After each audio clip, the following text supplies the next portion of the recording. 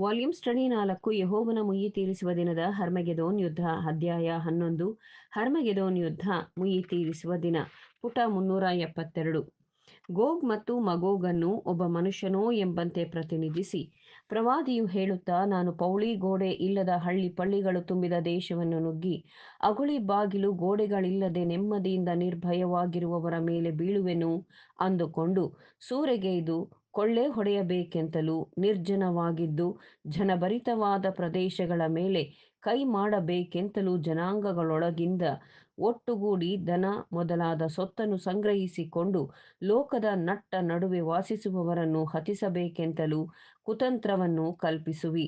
ಯೆಹೆಜ್ಕೇಲ 38:11-13. ಪ್ರವಾದಿಯು ಸೈನ್ಯವನ್ನುದ್ದೇಶಿಸಿ ಮಾತನಾಡುವವನಂತೆ ಈ ಘಟನೆಗಳ ಬಗ್ಗೆ ಹೇಳುತ್ತಾನೆ. ನೀನು ನಿನ್ನ ಸ್ಥಳವನ್ನು ಬಿಟ್ಟು ಅಶ್ವಬಲದ ಮಹಾಸೈನ್ಯವಾಗಿ ಗುಂಪು ಕೂಡಿದ ಬಹು ಜನಾಂಗಗಳೊಡನೆ ಉತ್ತರ ದಿಕ್ಕಿನ ಕಟ್ಟಕಡೆಯಿಂದ ಬಂದು ನನ್ನ ಜನರಾದ ಇಸ್ರಾಯೇಲ್ಯರ ಮೇಲೆ ಬಿದ್ದು ಕಾರ್ಮುಗಿಲಿನೋಪಾದಿಯಲ್ಲಿ ದೇಶವನ್ನು ಮುಚ್ಚಿಬಿಡುವಿ. ಗೋಗನೇ, ಜನಾಂಗಗಳ ಕಣ್ಣೆದುರಿಗೆ ನಿನ್ನ ನಾಶನದಿಂದ ನನ್ನ ಗೌರವವನ್ನು ಕಾಪಾಡಿಕೊಂಡು ನಾನೇ ಯೆಹೋವನೆಂದು ಜನಾಂಗಗಳಿಗೆ ಗೋಚರವಾಗುವಂತೆ ನಾನು ನಿನ್ನನ್ನು ಕಾಲಾನುಕಾಲಕ್ಕೆ ನನ್ನ ದೇಶದ ಮೇಲೆ ಬೀಳಮಾಡುವೆನು, ನಿನ್ನನ್ನು ಜಯಿಸುವವನಿಗಾಗಿ ಪ್ರತ್ಯೇಕಿಸಿಡುವೆನು. ಯೆಹೆಜ್ಕೇಲ 38:15-16. ಸಂಕಟಗಳ ಮಧ್ಯೆ ದೇವರು ಹಿಂದೆ ಆತನ ಅನುಗ್ರಹವು ರಾಷ್ಟ್ರೀಯವಾಗಿ ಇಸ್ರಾಯೇಲ್ಯರೊಂದಿಗಿದ್ದಂತೆಯೇ ಈಗಲೂ ಇಸ್ರಾಯೇಲ್ಯರ ರಕ್ಷಕನಾಗಿ ತನ್ನನ್ನು ಪ್ರಕಟಿಸಿಕೊಳ್ಳುತ್ತಾನೆ. ಅವರ ಅತಿರೇಕದ ಪರಮಾವಧಿಯೇ ಆತನ ಸದವಕಾಶ ಮತ್ತು ಅವರ ಕುರುಡುತನವು ತೆಗೆದುಹಾಕಲ್ಪಡುವುದು. ನಾವು ಓದುವಂತೆ, ನಾನು ಸಕಲ ಜನಾಂಗಗಳನ್ನು ಯೆರೂಸಲೇಮಿಗೆ ವಿರುದ್ಧವಾಗಿ ಕೂಡಿಸುವೆನು.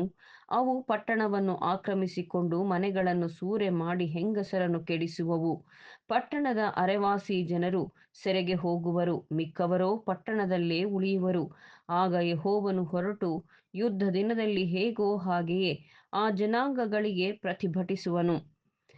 ಜಕರ್ಯ 14:2-3 ಯೆಶಾಯ 28:21 ಸಹ ಈ ವಿಷಯವನ್ನು ಕುರಿತು ಹೇಳಿದೆ. ಪೆರಾಚೀಮ್ನಲ್ಲಿ ಫಿಲಿಷ್ಟಿಯರಿಂದ ಇಸ್ರಾಯೇಲ್ಯರನ್ನು ಬಿಡುಗಡೆ ಮಾಡಿದ ಪ್ರಕರಣ ಮತ್ತು ಗಿಬ್ಯೋನ್ನಲ್ಲಿ ಅಮೋರಿಯರಿಂದ ಬಿಡಿಸಿದ್ದು. ಹೀಗೆ ಹೇಳುತ್ತಾನೆ, ಪೆರಾಚೀಮ್ ಬೆಟ್ಟದಲ್ಲಿ ಎದ್ದಂತೆ ಏಳುವೆನು, ಗಿಬ್ಯೋನ್ ತಗ್ಗಿನಲ್ಲಿ ರೋಷಗೊಂಡಂತೆ ರೋಷಗೊಳ್ಳುವೆನು. 2 ಸಮುವೇಲ 5:19-25, 1 ಪೂರ್ವಕಾಲ ವೃತ್ತಾಂತ 14 10-17, ಯೆಹೋಶುವ 10 10-15. ಹೇಗೆ ದೇವರು ಮನುಷ್ಯರ ಕೈಚಳಕ ಅಥವಾ ಯುದ್ಧ ತಂತ್ರದ ಮೇಲೆ ಅವಲಂಬಿಸಲಿಲ್ಲವೋ, ಬದಲಾಗಿ ತನ್ನ ಯುದ್ಧವನ್ನು ತನ್ನದೇ ಆದ ರೀತಿಯಲ್ಲಿ ಹೋರಾಡಿದ್ದಾನೆ. ಹಾಗಾಗಿ ಈ ಮಹಾಯುದ್ಧದಲ್ಲಿ ದೇವರು ತನ್ನ ಸ್ವಂತ ಸಮಯದಲ್ಲಿ ಮತ್ತು ರೀತಿಯಲ್ಲಿ ಬಿಡುಗಡೆಯನ್ನು ಮಾಡುತ್ತಾನೆ.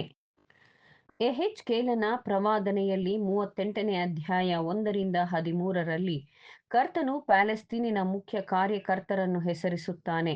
ಆದರೆ ನಾವು ಬಹಳ ನಿರ್ದಿಷ್ಟವಾಗಿ ಅವರನ್ನು ಗುರುತಿಸುವುದು ಸಾಧ್ಯವಿಲ್ಲ. ಮಾಗೋಗ್, ಮೇಷಕ್, ತೂಬಲ್, ಗೋಮೆರ್, ತೋಗರ್ಮ, ಯಾವನ್, ತಾರ್ಷೀಷ್ ಎಂಬೀ ಹೆಸರುಗಳು ನೋಹನ ಮಗನಾದ ಯೆಫೆತ್ನ ಮಕ್ಕಳು. ಐರೋಪ್ಯದಲ್ಲಿ ನೆಲೆಗೊಂಡ ಮೊದಲಿಗರು ಎಂದು ಊಹಿಸಲಾಗಿದೆ. ಶೆಬಾ ಮತ್ತು ದೇದಾನ್ರು ನೋಹನ ಮಗನಾದ ಹಾಮ್ನ ಸಂತತಿ. ಉತ್ತರ ಆಫ್ರಿಕಾದ ಮೂಲದಲ್ಲಿ ನೆಲೆಸಿದವರು ಎಂದು ಊಹಿಸಲಾಗಿದೆ. ಅಬ್ರಹಾಮನು ಮತ್ತು ಅವನ ಸಂತತಿ ಅಂದರೆ ಇಸ್ರಾಯೇಲ್ಯರು ನೋಹನ ಮಗನಾದ ಶೇಮನ ಸಂತತಿ ಹಾಗೂ ಅವರು ಅರ್ಮೇನಿಯಾ, ಪಶ್ಚಿಮ ಏಷ್ಯಾದಲ್ಲಿ ನೆಲೆಸಿದವರು ಎಂದು ಊಹಿಸಲಾಗಿದೆ.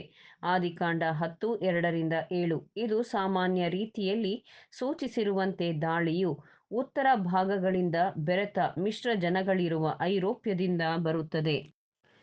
ಇಸ್ರಾಯೇಲ್ಯರ ವಿರೋಧಿಗಳ ಪ್ರಚಂಡ ನಾಶನವು ಅಂದರೆ ಸಂಕಟದ ಸಮಯವನ್ನು ಮುಕ್ತಾಯಗೊಳಿಸಿ ದೇವರ ರಾಜ್ಯದ ಸ್ಥಾಪನೆಯನ್ನು ತರುತ್ತದೆ. ಚಿತ್ರರೂಪದಲ್ಲಿ ಪ್ರವಾದಿಯಾದ ಯೆಹೆಜ್ಕೇಲನು 38 18-39 20 ವಿವರಿಸಿದ್ದಾನೆ. ಇದನ್ನು ದೇವರು ಇಸ್ರಾಯೇಲ್ಯರನ್ನು ಬಿಡಿಸಬೇಕೆಂದಿರುವಾಗ ಫರೋಹನನು ಮತ್ತು ಆತನ ಸೈನ್ಯವನ್ನು ಅವರನ್ನು ಪುನಃ ಸ್ವಾಧೀನಪಡಿಸಿಕೊಳ್ಳಲು ಪ್ರಯತ್ನಿಸಿದಾಗ ಭಯಂಕರವಾಗಿ ಸೋಲಿಸಿದ್ದಕ್ಕೆ ಹೋಲಿಸಿದ್ದಾನೆ. ಕಲಿಸಬಹುದಾಗಿದೆ. ಈ ವಿಷಯದಲ್ಲಿಯೂ ಸಹ ಇಸ್ರಾಯೇಲ್ಯರ ಬಿಡುಗಡೆಯು ನೀನು ಐಗುಪ್ತ ದೇಶದೊಳಗಿಂದ ಪಾರಾಗಿ ಬಂದ ಕಾಲದಲ್ಲಿ ನಾನು ತೋರಿಸಿದಂತೆ ಅದ್ಭುತಗಳನ್ನು ತೋರಿಸುವೆನು ಎಂಬ ರೀತಿಯಲ್ಲಿಯೇ ಇರುತ್ತದೆ. ಮೀಕ 7:15.